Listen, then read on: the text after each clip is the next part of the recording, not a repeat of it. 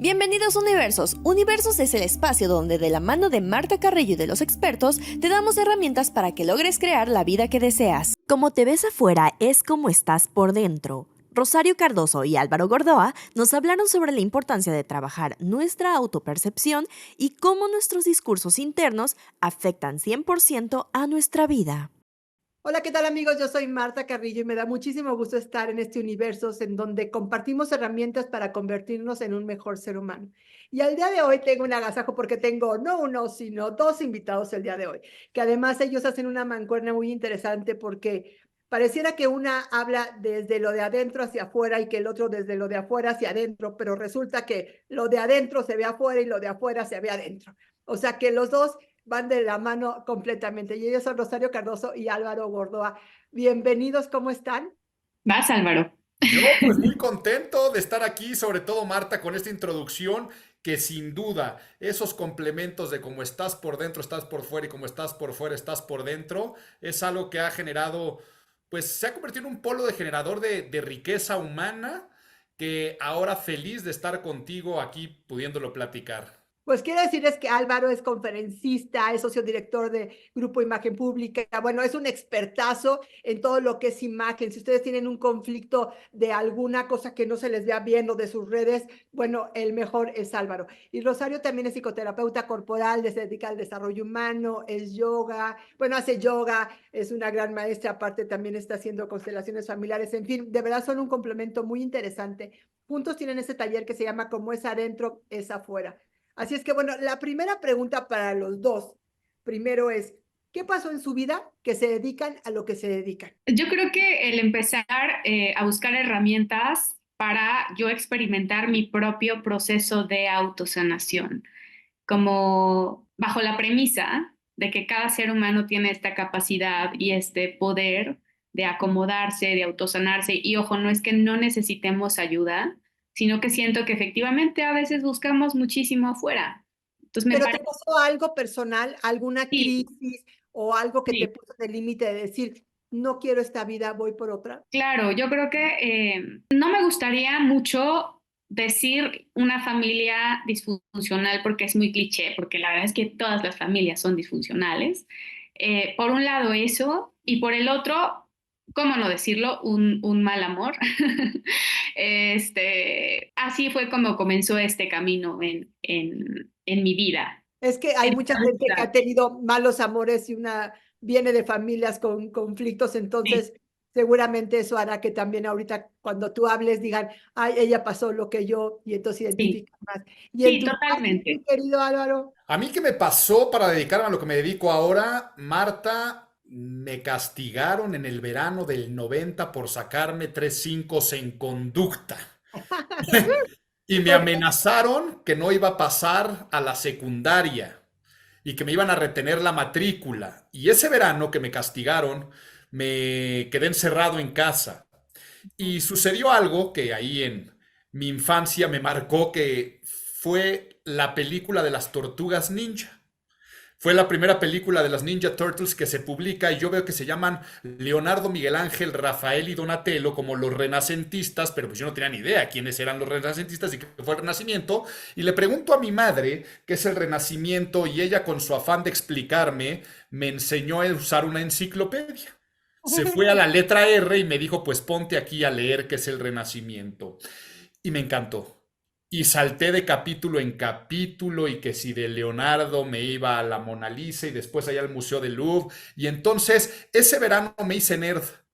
Ese verano me hizo entrar a la secundaria con una estrategia que me encantaba, un poco por fregar y por retar límites también, adelantar el conocimiento y ponerle ahí entre cuatritos a las maestras o sorprender a los compañeros con algún dato ahí curioso sobre el tema que estábamos estudiando. Entonces empecé a leer muchísimo y entré a una secundaria renovado, con muchas ganas de estudiar y aprender, y en paralelo es cuando mi padre decide renunciar a Televisa después de 20 años y frenar su vida profesional para dedicarse a eso que era muy novedoso, que nadie hablaba, que era la imagen, y empezó a llevar libros a la casa.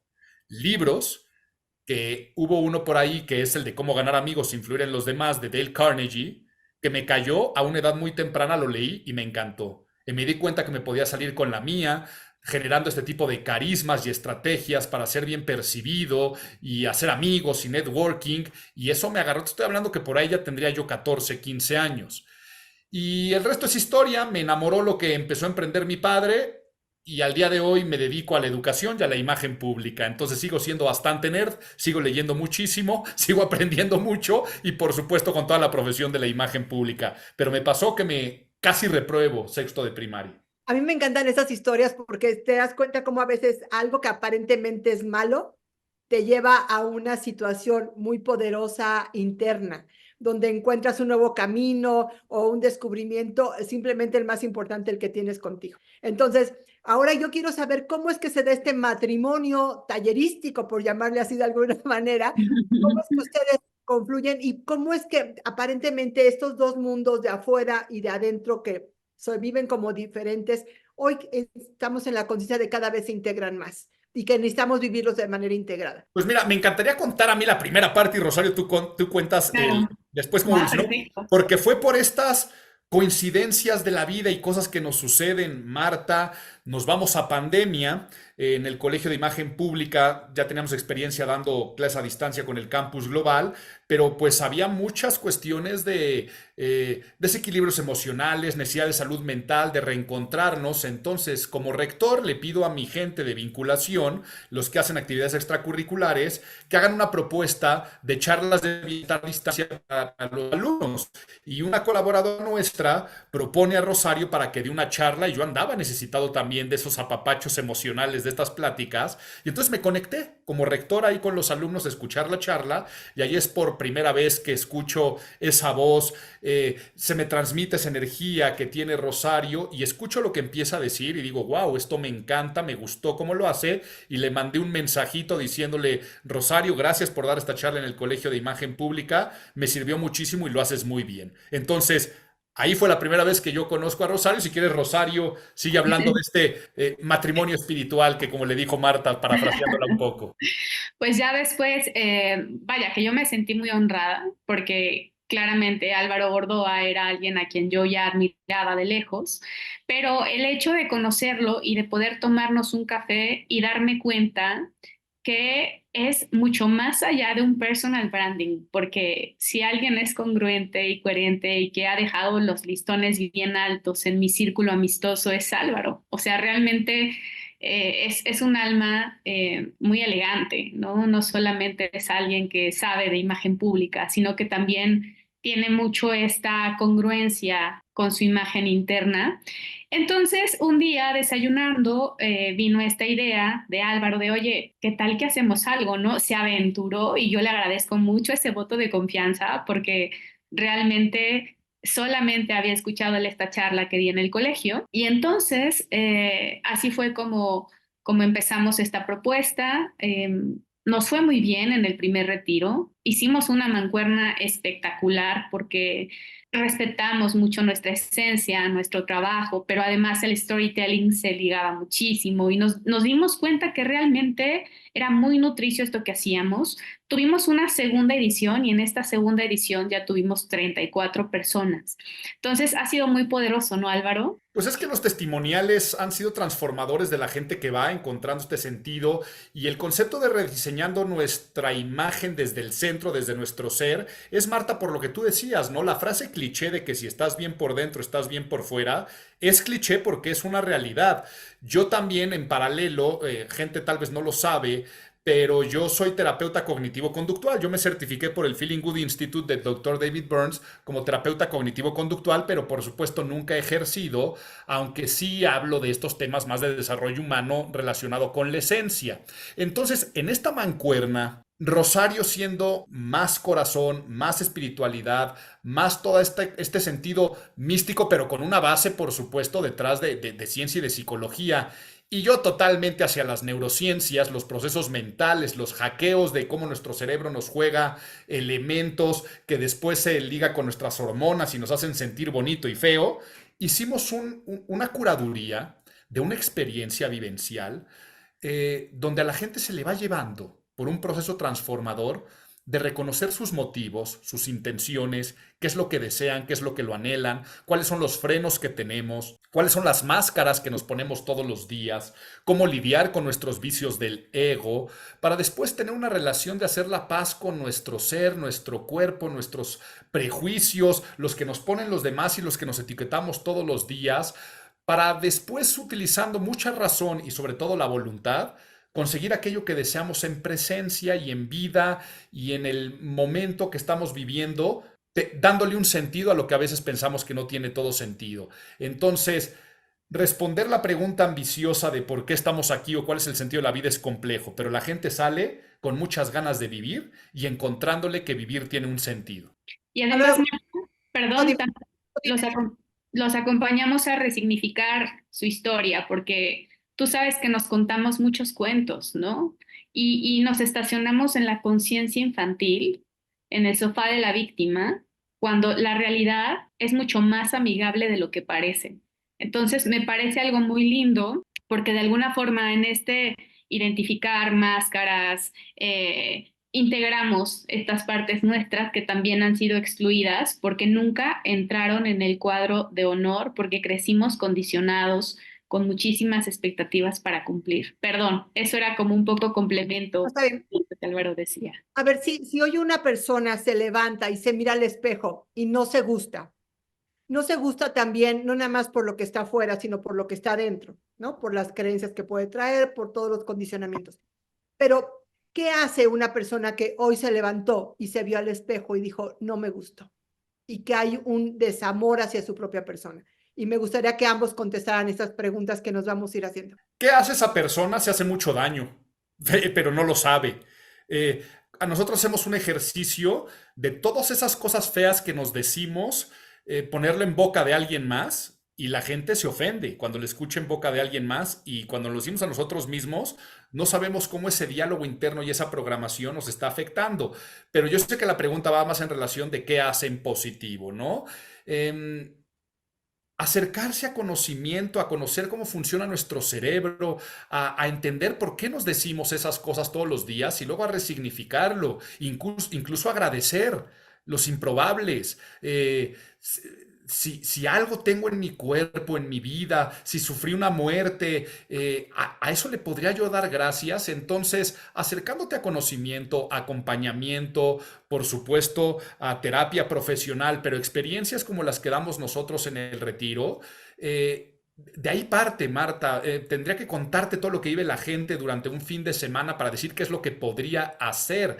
Pero lo que no hay ninguna duda es que cuando tú buscas ayuda, cuando tú cambias estos procesos mentales, cuando tú cambias esos diálogos internos y cuando tú tienes el hábito, porque no solamente una acción, es algo que todos los días hay que practicar y hacerlo, esa relación con la persona del espejo, ese diálogo que tenemos con nosotros mismos, cambia y nos acercamos más a ese atributo intangible que le llamamos felicidad. Entonces, no es que exista una fórmula mágica que yo te diga qué tendrías que hacer, pum, porque es un trabajo de constancia, es un trabajo de paciencia, es un trabajo de entendimiento de por qué empezó esa historia que me estoy contando a mí mismo, para después darle un nuevo significado, no terribilizarlo, meterlo en el proceso de lo normal. Oye, que si yo ando diciendo qué gordo estás o qué fe estás o qué cualquier cosa de nuestro físico, poder resignificarlo y decir gracias porque estoy así y esto me hace ser alguien mejor. Y lo que puedo cambiar lo cambiaré, y lo que no lo puedo cambiar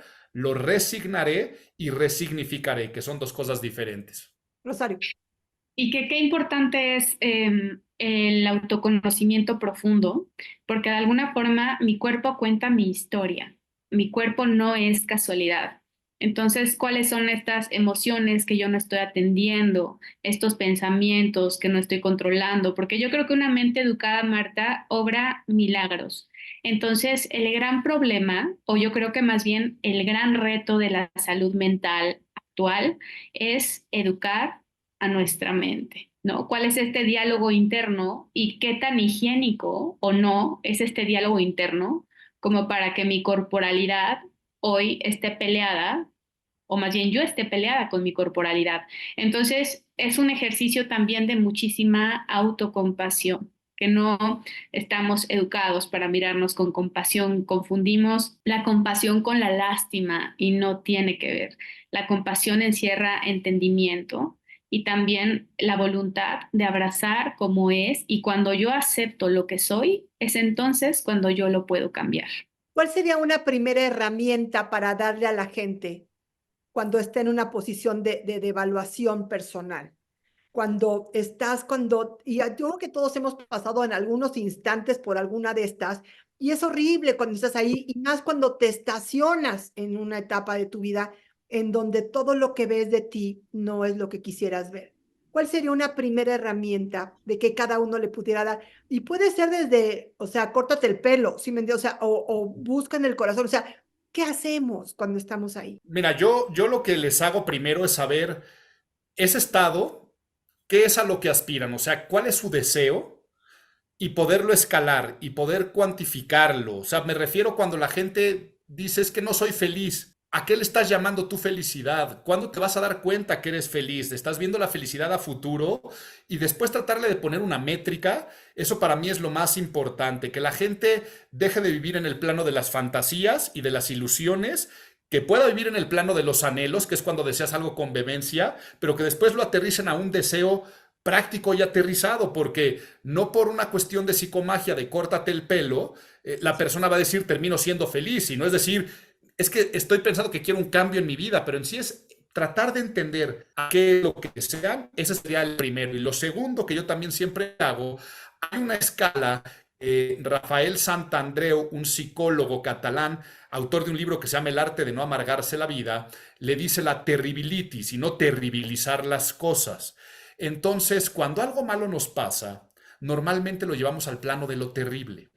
Y entonces, saberlo escalar dentro de lo normal a lo ligeramente malo, algo muy malo, hasta lo terrible, poder dar esa perspectiva de tal vez lo que estás viviendo, que tú piensas que es algo malo, es algo normal, no es algo ideal, pero es algo normal, la gente les da muchísima luz. Entonces, esos serían mis dos consejos. ¿Y tú, Rosario? Déjame comentar nada más algo antes. Muchas veces pensamos cuando alguien nos pregunta acerca de la felicidad, ¿eres feliz? Y dices, pues no, pero ¿en dónde no eres feliz? Porque, o sea, tu mundo es muy grande. Entonces, a lo mejor eres feliz con tus hijos, pero no en el trabajo. O a lo mejor en el trabajo sí, o con tu perro sí, pero con la pareja no. Pero tendemos a hacer esto que tú hablabas de lo terrorífico que puede ser la vida, y tendemos a generalizar y caemos en un pozo de infelicidad cuando a lo mejor somos medio infelices en un área de nuestra vida. Es lo que yo a veces he experimentado, pero nos encanta el drama, somos bien melodramáticos. Híjoles, somos especialistas en esa terribilitis que dice Rafael Santandreu, y gastamos el resto de nuestros atributos y cosas buenas que nos pasan y tiempo de vida por esa pequeña situación que nos molesta, ¿no? Es como si tú tienes 1,000 pesos y alguien te roba 20 y decides tirar lo que te sobró, esos 980, decides tirarlos a la basura, que porque te robaron tus 20, y así le hacemos con la vida. Exacto. Rosario. Pues mira, yo como lo trabajo escuchando al cuerpo, porque el cuerpo encierra una gran verdad y todas estas emociones que nosotros no procesamos se acorazan en el cuerpo. Entonces, en nuestro retiro, por ejemplo, los llevo mucho adentro. Cierra los ojos, pregúntale a tu cuerpo, si tu mandíbula pudiera hablar, ¿qué diría? ¿Cómo se siente ahora mismo? ¿Cuántas cosas no has procesado, no has dicho que tienes la mandíbula trabada? Si te duele la cabeza, si te duele la espalda alta, que no estás pudiendo contener y estás sobrecargando. Si es la espalda baja, qué tan flexible o no está siendo, ¿no?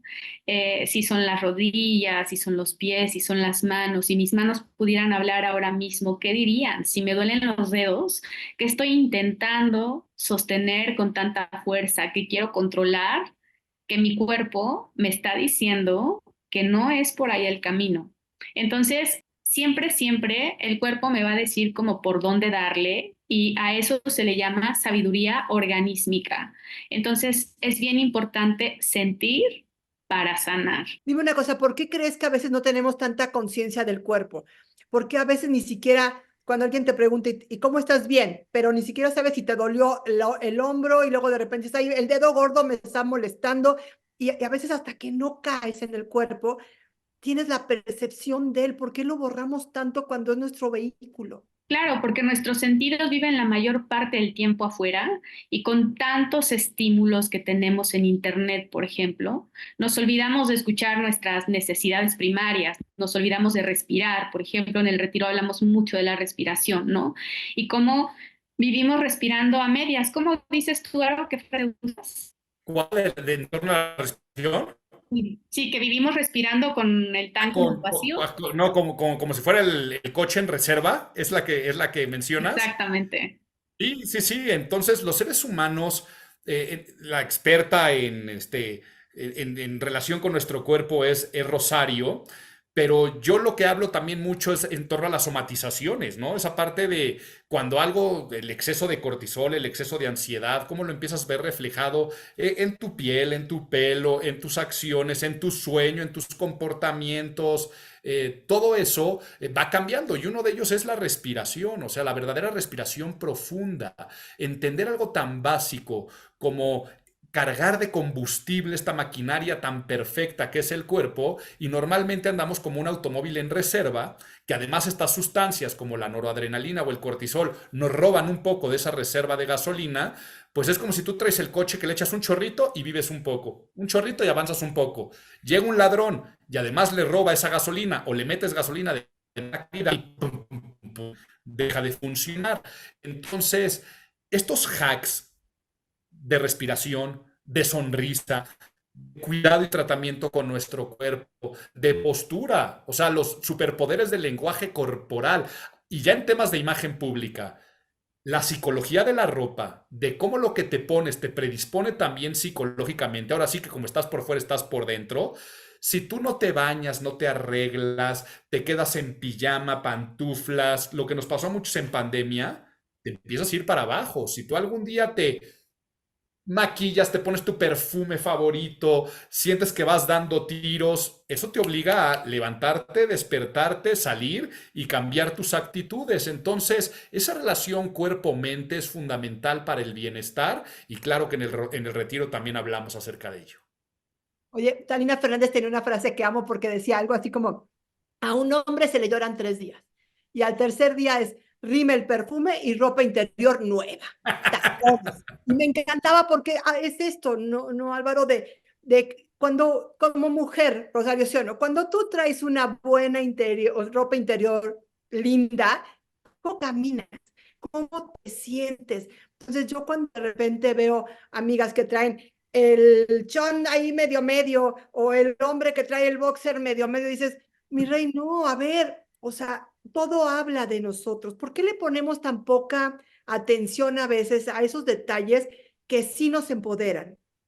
Yo creo que porque nadie nos lo ha dicho y tal vez no lo hemos sentido a profundidad. A mí la pandemia me gustó en el sentido de, o sea, no me gustó evidentemente, pero digo, me gustó por la conciencia que a mucha gente le hizo de la relación que tienen con su ropa. Es la primera vez que en la vida empiezo a escuchar a gente que decía, es que me urge ponerme un traje porque llevaban quién sabe cuánto tiempo en su casa en pants. Hay un estudio de la Northwestern University de un despacho de abogados que bajó su productividad por la manera como se empezaron a vestir los socios y las socias y había una relación directa con el calzado, porque se ponían enfrente de sus computadoras sin zapatos o se ponían descalzo con tenis y luego hicieron un trabajo a través de la Western University con su facultad de psicología de la moda de volver a poner a esas mujeres socias del despacho con tacones, aunque nadie las fuera a ver en un Zoom ese día en su casa, porque normalmente iban entaconadas a la oficina o a los hombres con corbata.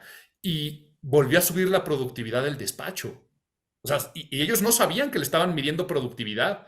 Nada más era un ejercicio que hicieron y entonces los socios se dieron cuenta que aumentaron en temas de productividad. Una vez que lo entendieron, regresaron a políticas de vestuario de oficina tradicional de O sea, es como abogados. Pero yo, estímulo-respuesta, es un poco el condicionamiento del que eres experto también, porque digo, yo amé 100%. sacar todos mis tacones y tirarlos. Y ahora soy feliz en tenis y en zapatito bajo. O sea, para mí me cambió la vida, o sea, como que, y romper con eso también no es fácil, porque de repente yo estaba condicionada que si voy a un lugar el tacón y ahora entiendo que también priorizo cómo me siento cómoda. A lo mejor mi Uh -huh. productividad ha bajado, no lo sé, No, porque la imagen es relativa. La imagen es relativa a tu esencia, el objetivo y las necesidades de tus audiencias. Y tal vez tú no necesitas códigos de autoridad y empoderamiento porque no eran como estas mujeres ejecutivas de un despacho legal que además era de litigios, donde tenían que ponerse top, fuertes. Y tal vez el tacón las hacía más rígidas, más frías, menos relajadas. En tu caso, no sé si al tirar esos tacones fue también un simbolismo de liberarte, de estar más relajada, de ser más accesible. No sé si has visto algún cambio en tus actitudes, en las reuniones, en los trabajos, en los procesos, en las escrituras. Esos mismos estudios de la Northwestern University, tú que eres autora de tantos libros y que haces tantos guiones, llegaron a comprobar cómo muchos escritores, de acuerdo a la ropa que se ponían, afectaba la narrativa de la manera como escribían, redactaban. Entonces, ante tu pregunta de ¿por qué no lo hacemos? Porque tal vez no somos Ujú. conscientes. O sea, tal vez no nos damos cuenta del poder de una sonrisa hasta que empezamos a gozar de las mieles, de la estrategia de sonreírles a los demás y cómo se nos regresa a multiplicar y se nos abre puertas. Pero una vez que lo pruebas y luego una vez que lo haces consciente, empieza a tener una relación diferente con tu cuerpo, con tu ropa, con tu lenguaje corporal, porque empieza como una estrategia como cualquier otra. O sea, si tú vas a una entrevista de trabajo y sigues esta estrategia, es más probable que te den la chamba. También en nuestro día a día, si tú empiezas a utilizar tu ropa como un símbolo para lo que significa para ti primero y luego para los demás, si utilizas tu lenguaje corporal y utilizas tu cuerpo, y es porque tal vez nadie nos lo enseña y tal vez nadie nos da clases de ello. Bueno, yo sí a eso me dedico, pero tal vez no nos acercamos tanto a este tipo de clases y conocimiento. Pero también, Rosario, ¿no crees que a veces como mujeres nos gusta jugar un poquito más con la ropa o atrevernos a igual ponerte el tacón que el tenis y que esto te hace moverte de manera tú que hablas tanto del cuerpo? ¿Crees Completamente. que Yo creo sucede? que la ropa nos regala una vibración y sobre todo también creo que en las mujeres hace una gran diferencia con nuestra feminidad, ¿no? Habemos mujeres que, como yo digo, somos cazadoras de búfalo y salimos a cazar. Y de repente nos cuesta mucho trabajo contactar con nuestra Afrodita, con la suavidad. Y cuando nosotras nos ponemos en este lugar del taconcito, el vestido, es bien interesante, ¿eh? Porque yo hasta me siento tratada distinto, que lo ideal sería que nos trataran bonito y honraran nuestra fuerza y a pesar de nuestra fuerza fuéramos tratadas con suavidad. Pero todavía estamos en una sociedad muy machista, en donde también funciona, como no, el sacar nuestro lado suave, ¿no? Nuestro lado femenino, y a mí no deja de sorprenderme. ¿A ti cómo te va con eso, Marta? ¿Te acuerdas que hablamos de esto en una fiesta en la que coincidimos, no? A veces es muy complicado cuando estás en un mundo profesional, ¿no? Donde la mayoría de los puestos que eran ocupados antes eran de hombres. Llegar como mujer a estos ámbitos es ir abriendo un espacio, pero también permitirte mostrarte como mujer, porque yo me siento muy orgullosa de ser mujer, pero por ejemplo, para escribir tuve que entender la mente masculina, porque al principio mis guiones, yo llegaba feliz con ellos y me los rompían así en las narices, ¿eh? Me decían, tus hombres piensan como mujeres. Yo decía, pero espérame, ¿cómo es esto? Entonces me dediqué a observar el pensamiento masculino, cómo son concretos, cómo hablan, cómo dicen, cómo se mueven, para poder escribir personajes de hombre, que parece muy fácil cuando eres mujer, es muy complicado. Pero al mismo tiempo, en el mundo real, era muy interesante permitirme ser mujer y vulnerable y llegar con mi vulnerabilidad al lugar en el que yo estoy, porque creo que la vulnerabilidad femenina es muy poderosa y nos han dicho que la tenemos que apagar. Nos han dicho que para subsistir en este mundo masculino tenemos que ser como más empoderadas, más como ellos, y yo creo que no, que cada uno de nosotros tiene su propia fuerza y que tenemos que retomarnos desde donde somos. ¿Tú cómo lo vives esto como hombre, Álvaro? Totalmente, y es que, reitero, no hay positivo o negativo, sino hay coherente, lo que debe ser de acuerdo a una esencia, un objetivo y una necesidad de la audiencia. Ahora que veo que en TikTok está muy de moda el tren de las coquettes, que no es otra cosa más que lo que hace 2500 años instalaron los griegos de los cánones de la estética y la belleza femenina, que tiene que ser ultra femenina y delicada. Claro, fueron preceptos de que si tú te ibas siglo I antes de Cristo, pues Cleopatra traía esa feminidad, y si te ibas al siglo XVIII, María Antonieta era también coquette, y si te vas a la década de los 80 del siglo pasado, Lady Di hubiera sido coquette. Pero eso no quiere decir que no hayan existido personas que no rompieran con esos cánones porque su propia profesión, deseos, y también la historia va a tener una Juana de Arco que va a ser lo opuesto a una coquette, o una Sor Juana Inés de la Cruz, o una Frida Kahlo, ¿no? Una Entonces, Atenea que tenía que ajá, serlo. O sea, Una Artemisa, que era cazadora. o sea, sí, diferentes arquetipos incluso que siguen estando y que todos son válidos y valiosos. así es, y hasta la fecha lo seguimos haciendo, y lo que a veces no nos damos cuenta es que esos arquetipos, estas máscaras también, nos las ponemos todos los días. Yo no soy el mismo Álvaro Gordoa, rector del Colegio de Imagen Pública, que el padre de familia o el mejor amigo que le gusta un deporte y que va a verlo con sus mejores amigos. No me comporto igual, no me visto igual, y no es de que yo sea hipócrita, no uso el mismo lenguaje, sino que finalmente adecuo las formas a esa esencia y rol que estoy jugando para lograr el objetivo. No es lo mismo pasártela bien en un partido de fútbol o en un festival de rock que me gusta ir, que pues en una graduación de la maestría en imagen pública, porque satisfago diferentes audiencias. Lo que sí es que lo hago consciente en el sentido de que yo veo mi agenda y digo, ¿qué rol vas a jugar ahí?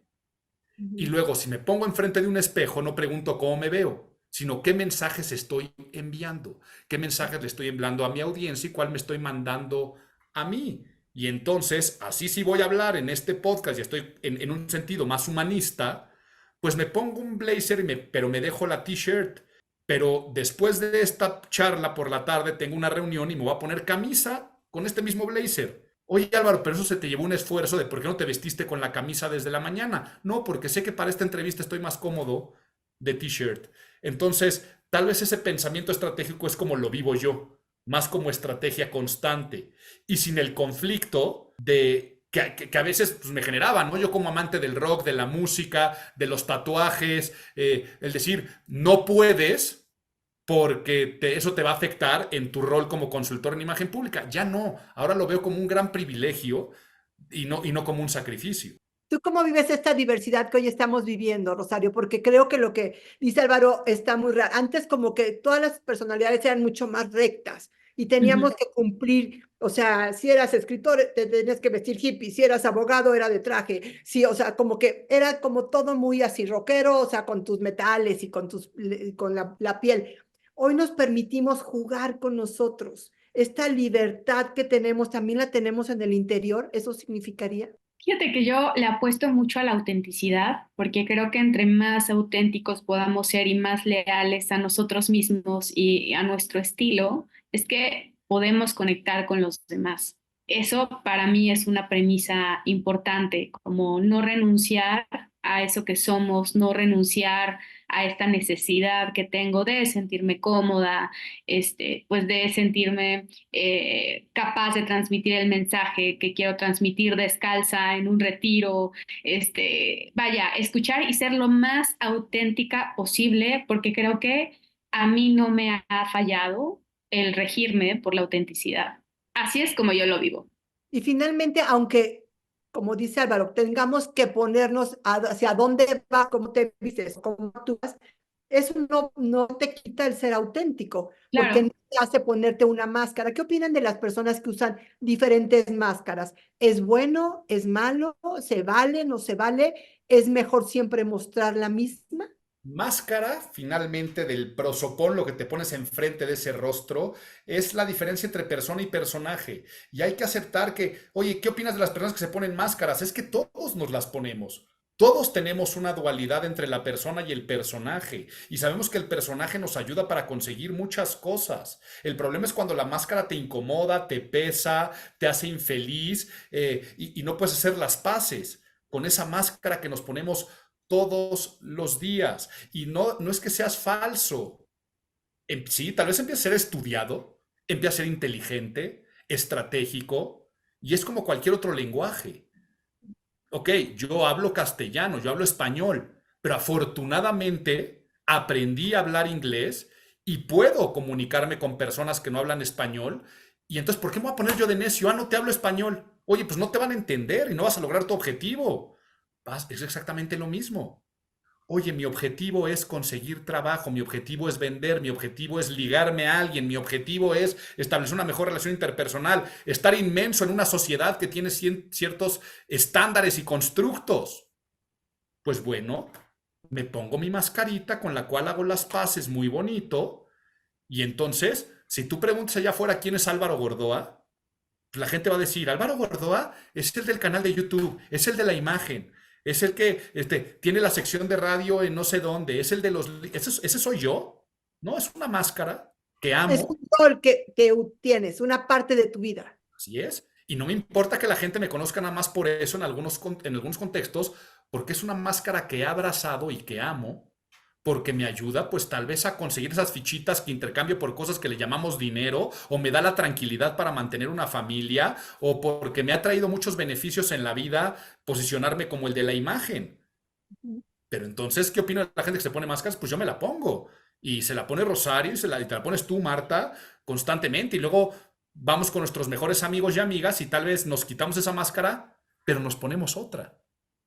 Y nos ponemos la máscara de papá, de mamá, de pareja, de mexicano, porque son las fiestas patrias, y constantemente nos andamos poniendo esas máscaras y no tiene nada de malo. Yo creo que uno de los puntos importantes es hacer las paces con esas máscaras y sí, tirar a la basura la que no nos funciona y nos están generando nada más infelicidades o nos están limitando en vez de ayudarnos a crecer. La máscara te tiene que ayudar a tu bienestar y no perjudicar. Pero Rosario. que además, Marta, las máscaras las vamos construyendo desde que somos chiquitos, desde que somos niños. ¿Por qué? Porque las niñas bonitas pues, no se enojan porque se ven feas entonces, y los hombres no deben llorar. Y a partir de ese momento nosotros comenzamos a construir estas máscaras como mecanismos de defensa o incluso para complacer, para recibir aplausos, para sentirnos amados y protegidos.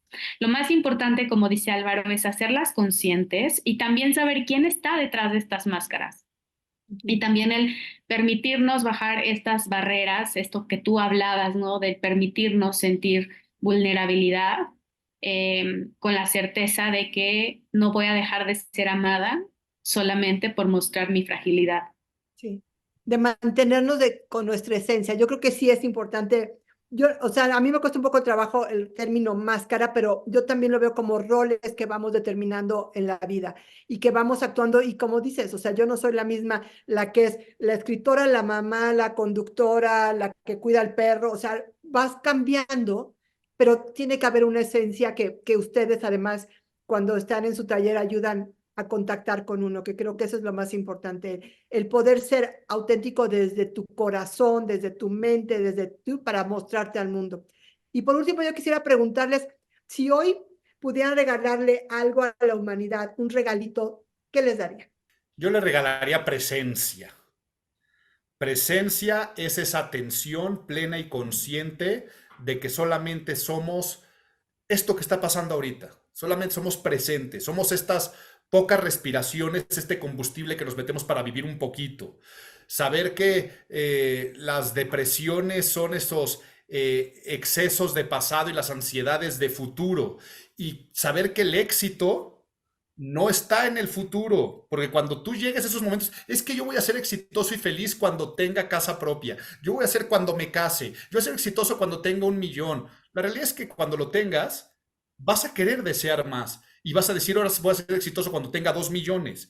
Y luego que la felicidad tampoco estaba en el pasado, es que se murió esa persona y allí estaba mi felicidad, tenía esa chamba y ya perdí mi felicidad. Entonces, me encantaría poder regalarle a toda la gente y regalármelo también a mí todos los días, porque yo un ritual todas las mañanas me despierto y respondo la pregunta, ¿eres feliz?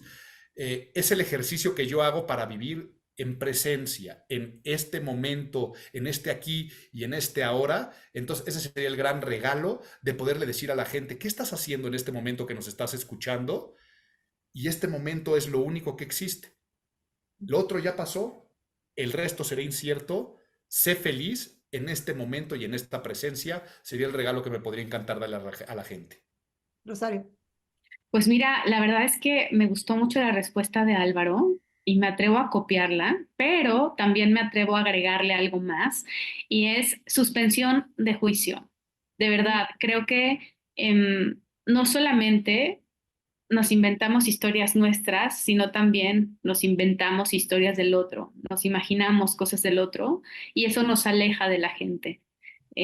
A mí me aleja de la gente cuando siento que juzgo y ni siquiera es que lo tenga que verbalizar, ¿sabes? Son como estos juicios silenciosos internos que ni siquiera hay necesidad de nombrar. A mí me encantaría tener esta capacidad de suspender juicio y no solamente eh, los malos, por decirlo así, porque no es como que algo sea bueno o malo, pero creo que también incluso los positivos nos limitan mucho, porque también encasillamos con lo positivo. Entonces, como que el tener esta capacidad de estar dispuesta a recibir al otro y a no invalidarlo, inclusive cuando sienta que no estoy de acuerdo. Puedo no estar de acuerdo contigo, pero no por eso te voy a invalidar. Me parecería como un acto de servicio y un acto de amor. Pues de verdad que ha sido un gusto tenerlos a los dos. Me encanta la química que hacen juntos, esta parte, pareciera como les dije en un principio, que uno habla de afuera y otro de adentro, pero la verdad es que los dos están hablando de lo mismo, de un ser humano que se muestra y agradezco que hablen desde su corazón. Yo no sentí ninguna máscara, no sentí, sino sentí una naturalidad y una presencia muy linda. Así es que muchísimas gracias por abrirse y por compartir con nosotros. Nosotros esperamos que nos acompañes en nuestro siguiente retiro, Marta, porque en este no pudiste ir, yo sé que tenías de agenda, pero en el siguiente nos encantará de verdad que nos ¿Ya saben cuándo es, cómo es o a qué hora o nos avisan? Estamos en definición de muchas fechas para el año. Tenemos algunas ya hasta cerradas hasta septiembre. ¡Qué padre! Estaremos haciendo, entonces, a través de nuestras redes estarán ahí todos los informes para el retiro, como es adentro, es afuera, rediseñando nuestra imagen desde nuestro ser, desde nuestro centro, con ese respeto absoluto de la esencia. Y nos va a encantar, Marta, que estés ahí en fechas todavía por definir algunas. Por supuesto, pues aquí vamos a poner ya sus redes sociales también para que todo el mundo esté pendiente. Y muchísimas gracias, Rosario, Álvaro, por compartir este espacio. Y les mando un beso enorme a los dos. Se les quiere. Un abrazo, Igualmente, Marta. Adiós, Álvaro. mil gracias. Yo soy Marta Carrillo y esto es Universos. Nos vemos en el siguiente. Hasta la próxima.